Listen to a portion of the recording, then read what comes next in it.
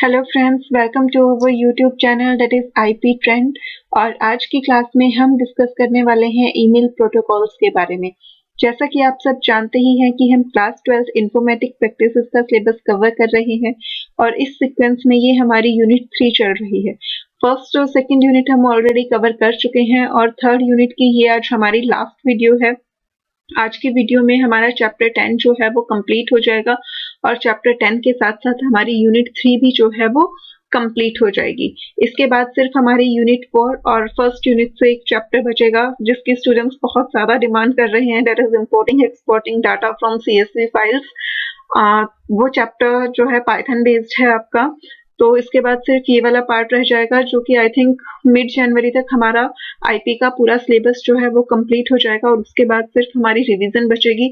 तो उसके बाद हम बैक एक्सरसाइज क्वेश्चंस और प्रोग्रामिंग क्वेश्चंस जो है फिर ज्यादा फोकस करेंगे। तो अगर आपने अभी तक चैनल सब्सक्राइब नहीं किया है तो जल्दी से चैनल को सब्सक्राइब कर लीजिए, बेल आइकन प्रेस कीजिए ताकि कोई भी वीडियो जो है वो आपसे मिस ना हो। जब भी आप वीडियो देखते हैं तो आप अपने डाउट्स जो हैं वो कमेंट करके पूछ सकते हैं और कमेंट्स में आप मुझे अपना फीडबैक भी जो है वो जरूर प्रोवाइड किया कीजिए। तो चलिए स्टार्ट करते हैं आज की class, that is protocols used in email. Last class में हमने ईमेल्स के बारे में पढ़ा था कि ईमेल जो है क्या होती है, ईमेल एड्रेस क्या होते हैं, ईमेल अकाउंट्स क्या होते हैं, ईमेल्स की एडवांटेजेस डिसएडवांटेजेस हमने पढ़ी थी। फिर हमने ईमेल के फॉर्मेट्स पढ़े थे कि प्लेन टेक्स्ट फॉर्मेट होता है .txt फॉर्म में और रिच टेक्स्ट फॉर्मेट होता है .rtf फॉर्म में, दोनों में क्या क्या डिफरेंस है वो हमने पढ़ा था। फिर हमारे जब भी हम मेल सेंड करते हैं तो एड्रेस के लिए हमारे पास 2cc एंड bcc 3 फील्ड्स होती हैं, तो उन तीनों में क्या क्या डिफरेंस होता है वो हमने डिस्कस किया था। और लास्ट में हमने स्पैम और जंक मेल के बारे में डिस्कस किया था। तो ये हमारी लास्ट वीडियो में हमने सारे टॉपिक्स कवर किए थे और हमने देखा ही था कि जो हमारा ईमेल से रिलेटेड एक लास्ट टॉपिक बचा था वो था प्रोटोकॉल्स यूज्ड इन ईमेल। तो मैंने आपको बोला था कि ये हम नेक्स्ट वीडियो में जो है कवर करेंगे। तो आज हम वहीं से स्टार्ट कर रहे हैं कि ईमेल में जो है कौन कौन से प्रोटोकॉल्स यूज होते हैं। Basically, a protocol refers to standard set of rules used at each end of communication channel in order to properly transmit information. Protocols क्या होते हैं ये हमें पहले से ही पता है। जब से हमने यूनिट 3 स्टार्ट की है हमने प्रोटोकॉल्स के बारे में काफी कुछ सुन लिया है। प्रोटोकॉल्स जो होते हैं वो सेट ऑफ रूल्स होते हैं, यानी कि वो रूल्स और रेगुलेशन जो वे ऑफ कम्युनिकेशन को एक प्रॉपर गाइडेंस प्रोवाइड करते हैं। तो ईमेल के केस में भी प्रोटोकॉल्स से क्या मतलब होता है हमारा, ऐसे सेट ऑफ रूल्स जो कि कम्युनिकेशन चैनल के दोनों एंड्स पे फॉलो होते हैं, यानी कि सेंडर की तरफ से भी और रिसीवर की तरफ से भी, ताकि जो इंफॉर्मेशन है वो प्रॉपरली ट्रांसमिट की जा सके। In order to deal with your email, you must use mail client to access a mail server. जब भी आपको ईमेल्स यूज करनी होती हैं, आपको ईमेल्स के साथ डील करना होता है, तो हम हमेशा मेल क्लाइंट यूज करते हैं जो कि मेल सर्वर को एक्सेस कर सके। हमें पता है कि सर्वर्स जो हैं वो डेडिकेटेड होते हैं, तो जो सर्वर ईमेल्स को हैंडल करते हैं, ईमेल्स को रिसीव और सेंड करते हैं, उन्हें हम मेल सर्वर्स कहते हैं। और मेल सर्वर्स से डील करने के लिए हमें मेल क्लाइंट्स की जरूरत पड़ती है, यानी कि यूजर एंड पे हमारे सिस्टम में मेल क्लाइंट होना चाहिए, तभी हम मेल्स को सेंड कर सकते हैं, मेल्स को रिसीव कर सकते हैं। The mail client and mail server can exchange information with each other using a variety of protocols. तो मेल क्लाइंट और मेल सर्वर जो है वो आपस में एक दूसरे से काफी सारे प्रोटोकॉल्स को यूज करके इंफॉर्मेशन सेंड कर सकते हैं, यानी कि ईमेल्स को सेंड करने के लिए और रिसीव करने के लिए हमारे पास वैरायटी ऑफ प्रोटोकॉल्स अवेलेबल हैं जिनमें से हम कोई भी यूज कर सकते हैं। The protocols mainly used with email accessing are IMAP, POP3, SMTP and HTTP.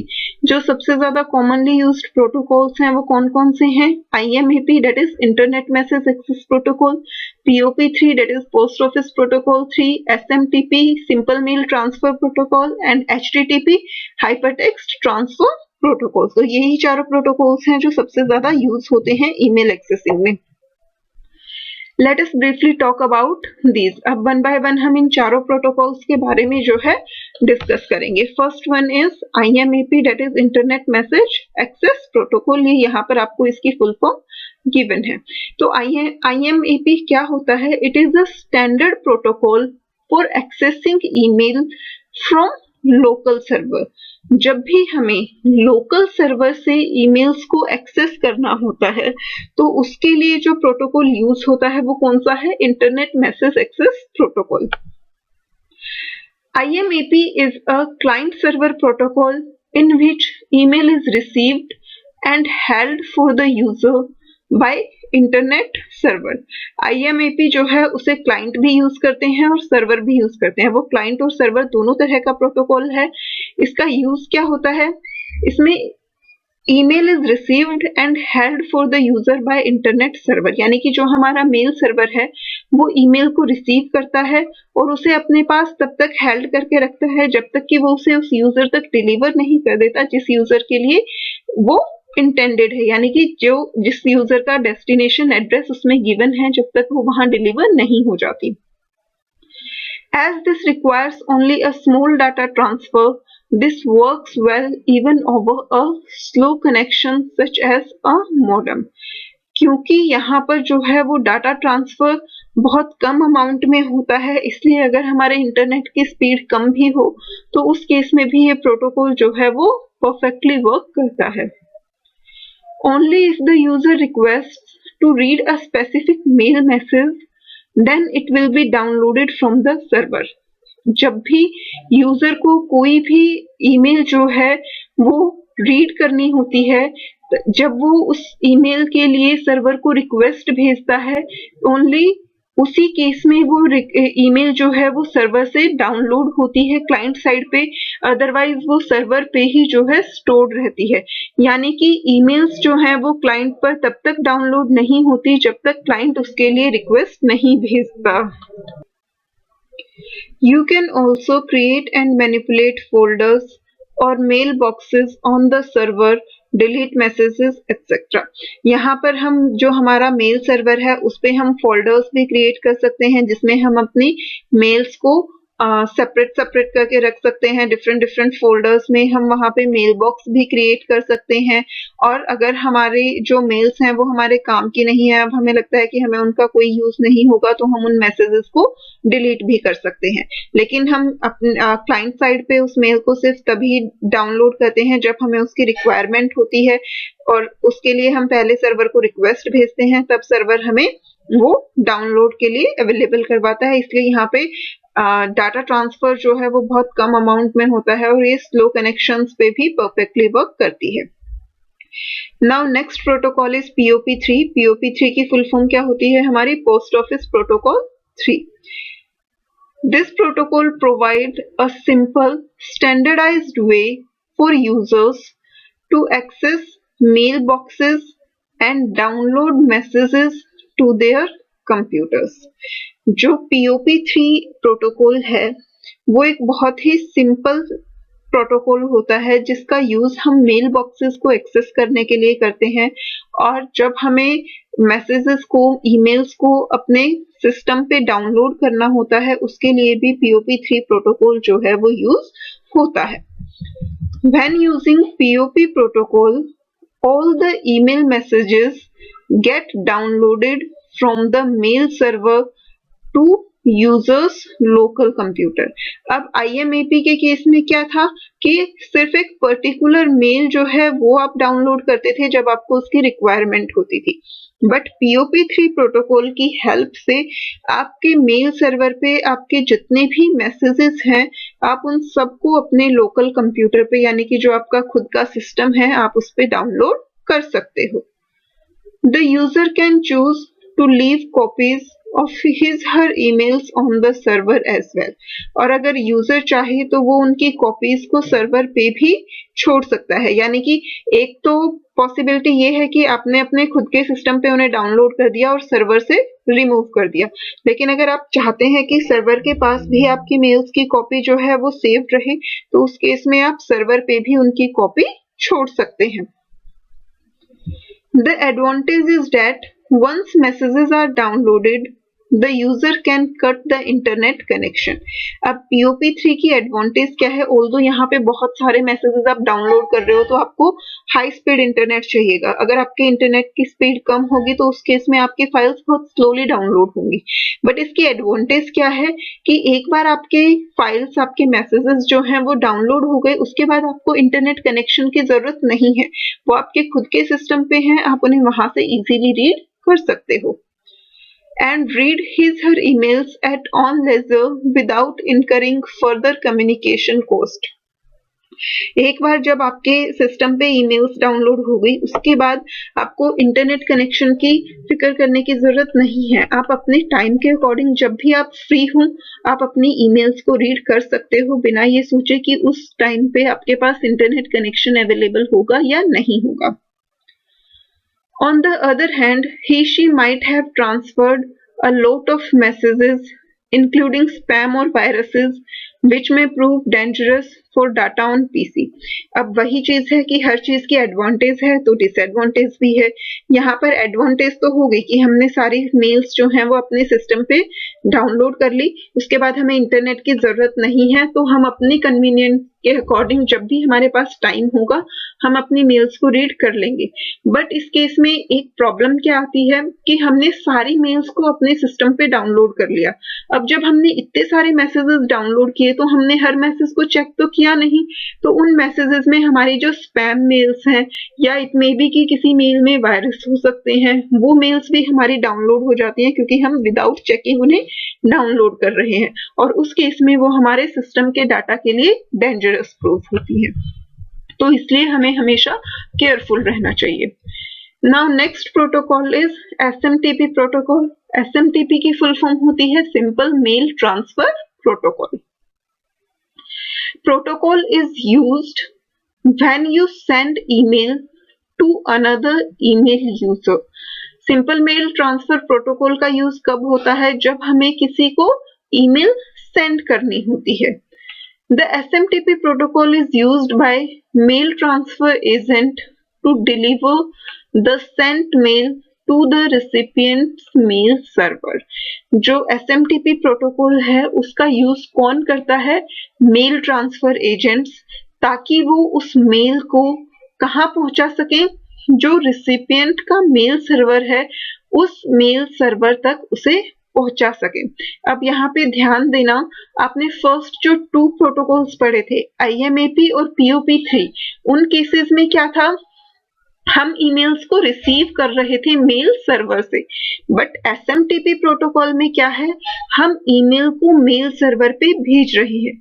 POP3 और IMAP रिसीवर एंड पे थे, बट IMAP क्लाइंट साइड पे भी यूज होता है, बट मेनली हम उसे भी रिसीवर एंड पे करते हैं.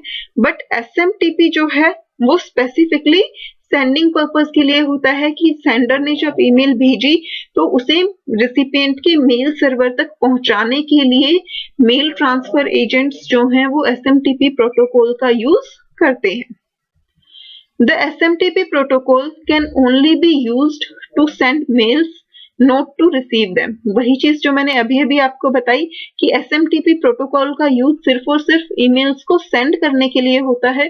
हम SMTP प्रोटोकॉल की हेल्प से ईमेल्स को रिसीव नहीं कर सकते. Depending on the network ISP settings, user may only be able to use SMTP protocol under certain conditions. Network और ISP सेटिंग्स के बेसिस पे SMTP प्रोटोकॉल्स को सिर्फ पर्टिकुलर कंडीशंस में ही यूज किया जा सकता है. उसे यूज करना थोड़ा सा जो है वो टिपिकल होता है. Now next one is our hypertext transfer protocol, that is HTTP. The HTTP protocol is not a protocol dedicated for email communication. हम पहले भी पढ़ चुके हैं हाइपरटेक्स्ट ट्रांसफर प्रोटोकॉल को वेब पेजेस और वेबसाइट्स में. तो ये ऐसा प्रोटोकॉल नहीं है जो सिर्फ ईमेल्स के लिए डेडिकेटेड हो, but it can be used for accessing mail boxes. लेकिन फिर भी क्योंकि इंटरनेट में हर जगह हम HTTP का यूज करते ही हैं, तो मेल बॉक्सेस को भी हम HTTP की हेल्प से एक्सेस कर सकते हैं.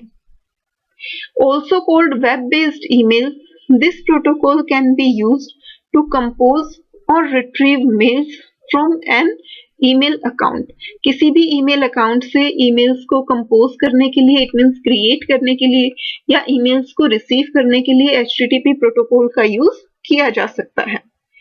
Hotmail, Gmail, Ymail, Rediff Mail, etc. are good examples of using HTTP as an email protocol. Gmail आप सब यूज करते हैं।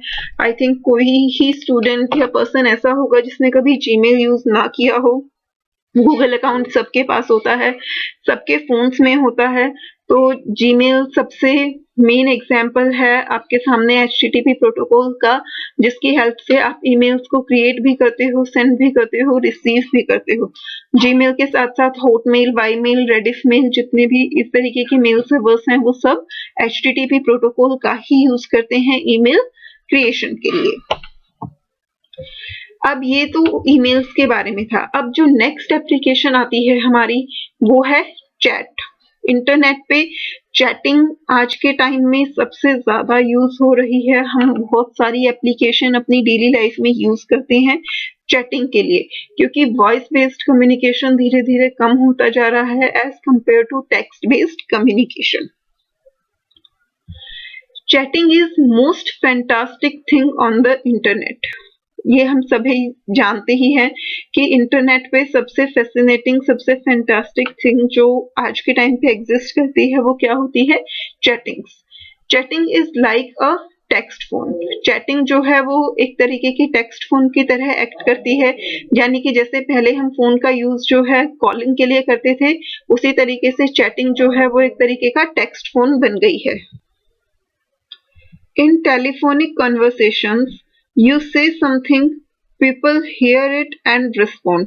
जब भी हम टेलीफोनिक कन्वर्सेशन करते हैं तो उस केस में क्या होता है कि हम कुछ कहते हैं, सामने वाला इंसान जिसे हमने कॉल किया होता है वो सुनता है और हमारी बात के अकॉर्डिंग रिस्पॉन्ड करता है।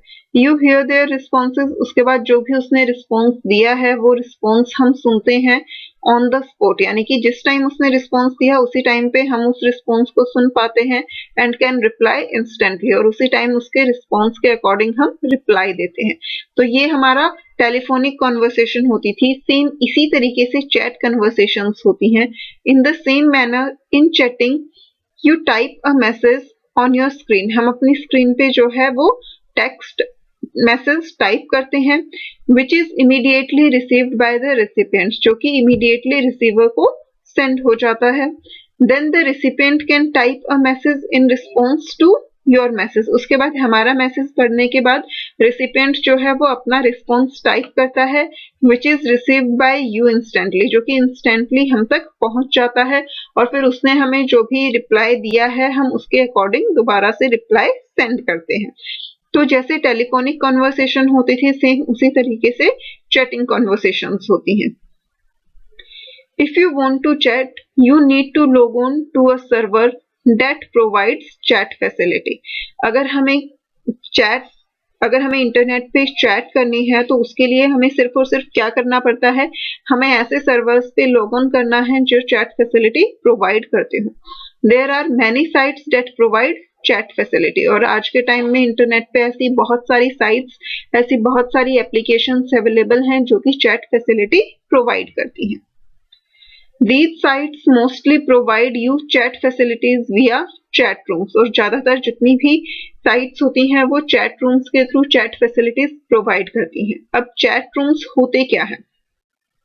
A chat room is a website or part of some online service that provide an online venue for communities of users with a common interest to communicate in real time instantly.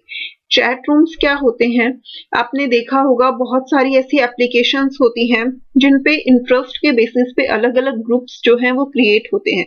अगर आप simply English speaking के लिए भी करना चाहते हैं, जैसे कि पालटाक है आपके पास, इस तरीके की बहुत सारी एप्लीकेशंस होती हैं जहां पे आपके पास अलग अलग लेवल के ग्रुप्स बने होते हैं जिन्हें आप ज्वाइन कर सकते हो।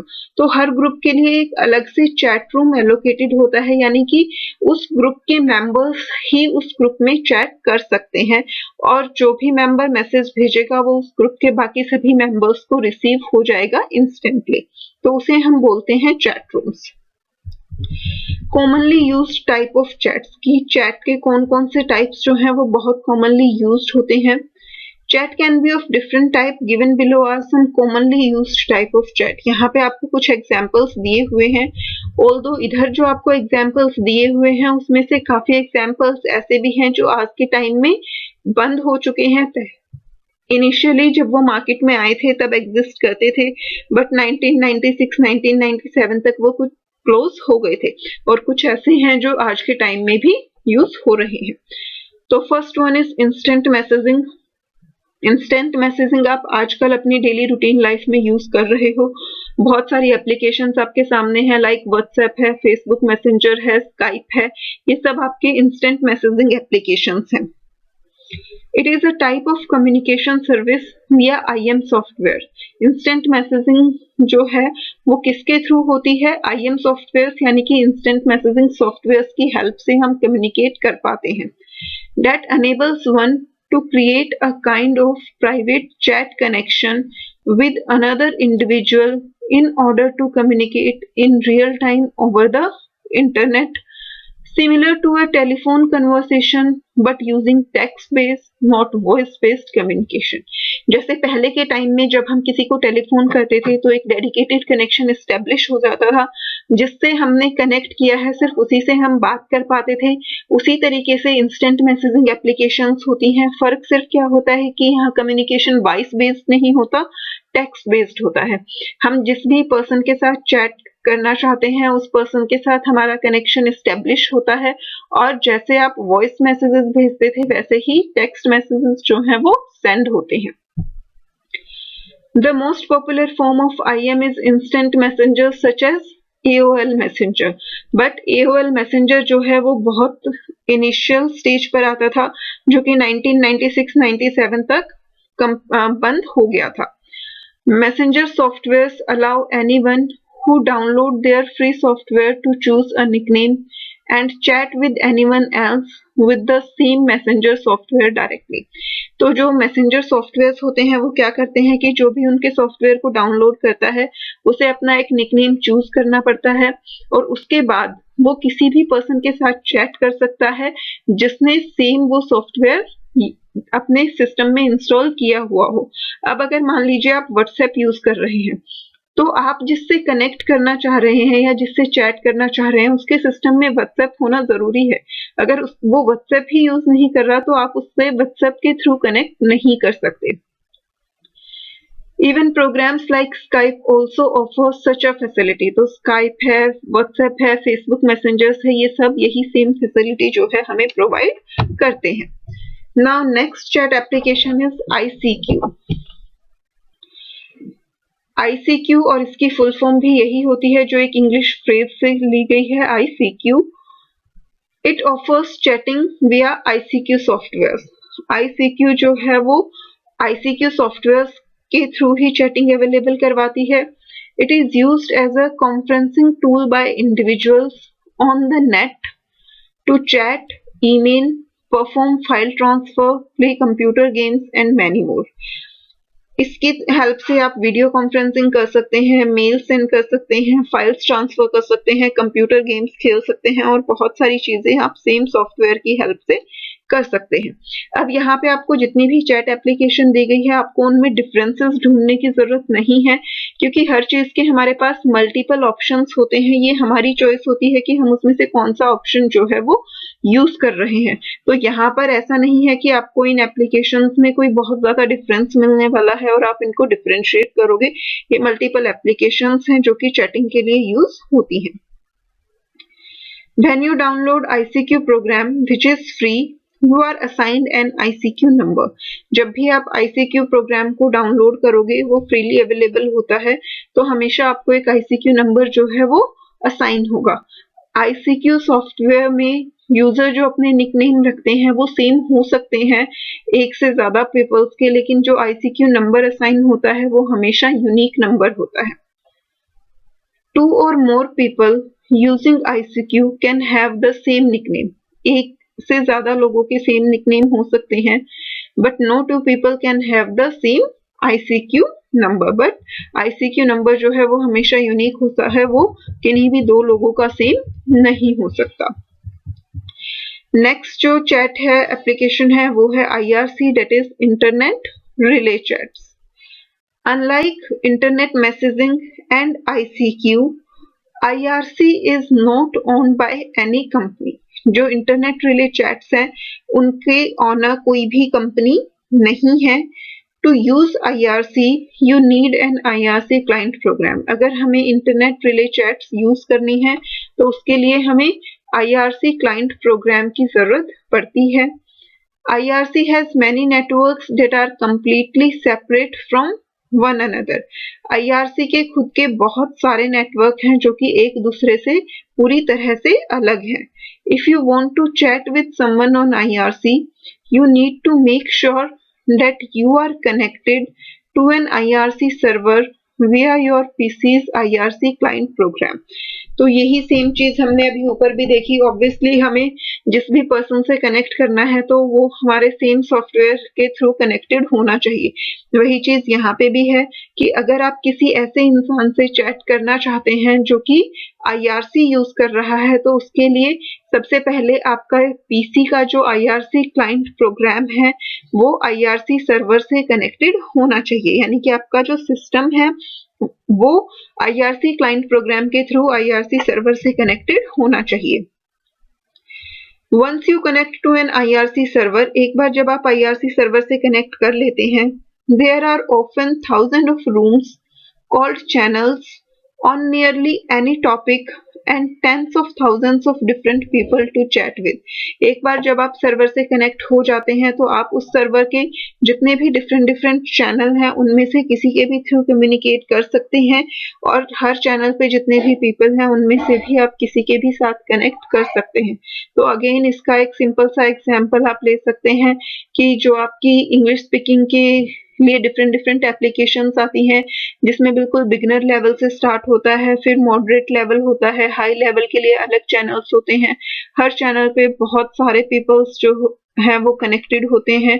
तो एक बार आप उस एप्लीकेशन में कनेक्ट होने के बाद आप किसी भी पर्सन के साथ किसी भी चैनल के थ्रू जो है वो कनेक्ट कर सकते हैं।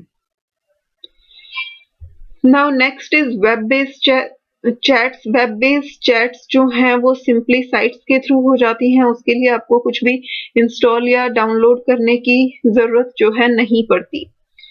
Web based chat is also like IRC, but it is different from it in the sense that it's on a specific website and no program is really needed to install on your computer. Web based chat भी IRC की तरह ही होती हैं, but उनमें difference क्या है कि web based chats के लिए हमें कोई भी पर्टिकुलर प्रोग्राम अपने कंप्यूटर पे इंस्टॉल नहीं करना पड़ता, उन्हें हम सिंपली किसी भी वेबसाइट के थ्रू जो है यूज कर सकते हैं। Yahoo Chat is a great example of web-based chat. Web-based chat का सबसे बड़ा एग्जाम्पल जो है वो Yahoo Chat है। आप सिंपली yahoo.com पर लॉग इन करते हो और Yahoo की साइट के थ्रू आप पीपल से कनेक्ट कर पाते हो। तो ये थी हमारी सारी चैटिंग एप्लीकेशंस, और अब जो हमारा लास्ट टॉपिक बचा है वो है वॉइस ओवर इंटरनेट प्रोटोकॉल, जिसमें हम इंटरनेट के थ्रू वॉइस कॉल्स जो है वो कर पाते हैं। पहले हम सिर्फ टेलीफोन्स के थ्रू ही वॉइस कॉल्स करते थे, बट आजकल आप देखते हैं कि WhatsApp, Facebook Messenger, Skype, Telegram सभी एप्लीकेशंस के थ्रू आप वॉइस कॉल्स कर पाते हैं। तो वो किसकी हेल्प से होता है? वॉइस ओवर इंटरनेट प्रोटोकॉल की हेल्प से। और ये हमारा लास्ट टॉपिक है चैप्टर 10 का भी और यूनिट 3 का भी। इस टॉपिक के बाद हमारी यूनिट 3 जो है वो कंप्लीट हो जाएगी। VoIP, that is Voice over Internet Protocol, is a technology that makes audio and video calls possible from any internet connected device having a microphone and speaker.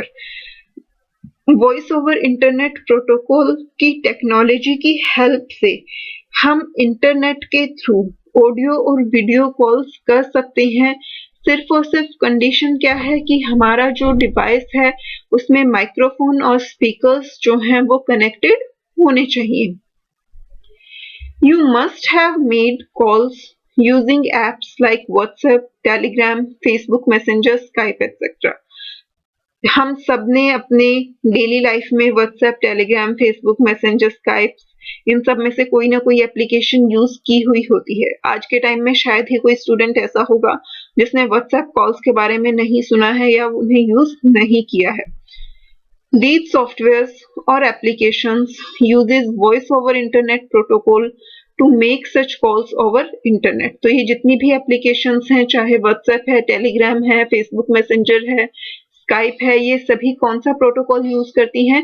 Voice over internet protocol use करती हैं, जिसकी help से आप internet के through voice calls कर पाते हैं। On the internet, communication is the responsibility of a protocol called IP। Internet पे जो है वो कम्युनिकेशन किसकी रिस्पॉन्सिबिलिटी होता है? IP प्रोटोकॉल की, that is internet protocol. Voice over Internet Protocol allows for the transmission of voice along with other data being communicated over IP, hence the name Voice over Internet Protocol। इस protocol की help से हम बाकी data के साथ साथ जो है वॉइस भी सेंड करते हैं। अब जब टेलीफोन के थ्रू हम कम्युनिकेट करते थे तो सिर्फ और सिर्फ वॉइस डाटा सेंड होता था, बट इंटरनेट पे वॉइस के साथ साथ आप टेक्स्ट भी सेंड कर रहे होते हो, इमेजेस भी सेंड कर रहे होते हो, ग्राफिक्स भी सेंड कर रहे होते हो, वीडियो फाइल्स भी सेंड कर रहे होते हो। तो वॉइस के साथ साथ और भी बहुत तरह का डाटा जो है वो सेंड हो रहा होता है, और इसीलिए इसका नाम क्या रखा गया? Voice over Internet Protocol।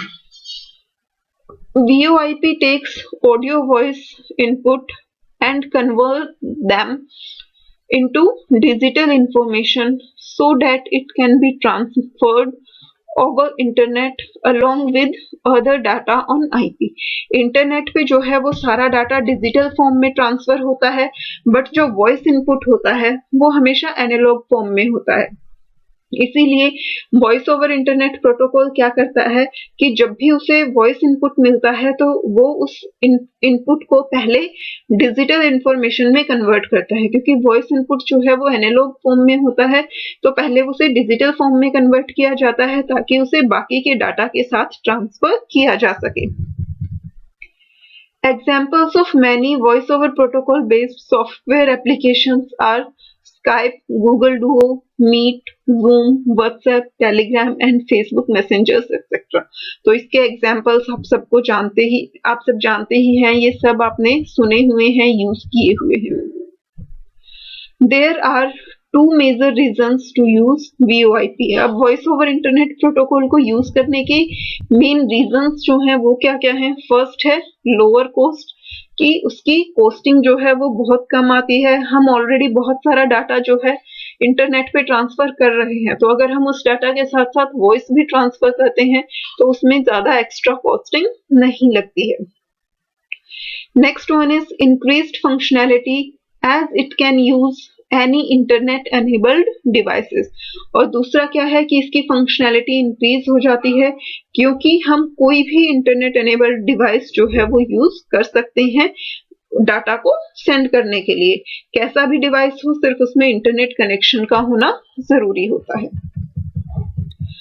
Now what are the advantages of voice over internet protocol? हर चीज की एडवांटेज डिसएडवांटेज जो है वो हमेशा होती हैं, तो पहले देखते हैं कि वॉइस ओवर इंटरनेट प्रोटोकॉल की एडवांटेजेस क्या क्या हैं। It does not cost extra as long as you have a device with an internet connection and are using it for personal use। जब भी आपके पास कोई भी ऐसा डिवाइस है जिसमें ऑलरेडी इंटरनेट कनेक्शन है और आप उसे यूज कर रहे हैं पर्सनली, तो आपको उसमें कोई भी एक्स्ट्रा कॉस्टिंग नहीं आती है जब आप उस पर वॉइस कॉल्स करते हैं। Of course there are paid versions available for professional requirements, but हाँ जब हमें प्रोफेशनली उन एप्लीकेशंस को यूज करना होता है तो उसके लिए जो है पेड वर्जन्स अवेलेबल होते हैं। इवन अगर आप जूम के लिए देखेंगे तो उसमें भी जो है एक लिमिट तक फ्रीली अवेलेबल होता है कम्युनिकेट करना, बट जब बहुत सारे यूजर्स को एक साथ कनेक्ट करना होता है हमें, यानी कि जब हम प्रोफेशनली उन एप्लीकेशंस को यूज कर रहे होते हैं, तो हमें उनके पेड वर्जन्स जो हैं वो यूज करने पड़ते हैं। Next one is easily available. Many voice over internet protocol based software such as Skype are easily downloadable. जितने भी वॉइस ओवर प्रोटोकॉल बेस्ड हमारे पास एप्लीकेशंस हैं वो ज्यादातर फ्रीली अवेलेबल होती हैं और उन्हें प्ले स्टोर से डाउनलोड करना आपके लिए बहुत इजी होता है। अब ये तो हो गई एडवांटेज। वॉइस ओवर प्रोटोकॉल की डिसएडवांटेजेस क्या क्या हैं, अब हम वो देख लेते हैं। Voice over internet protocol is possible if both the caller and the receiver have the right software and hardware to speak to one another.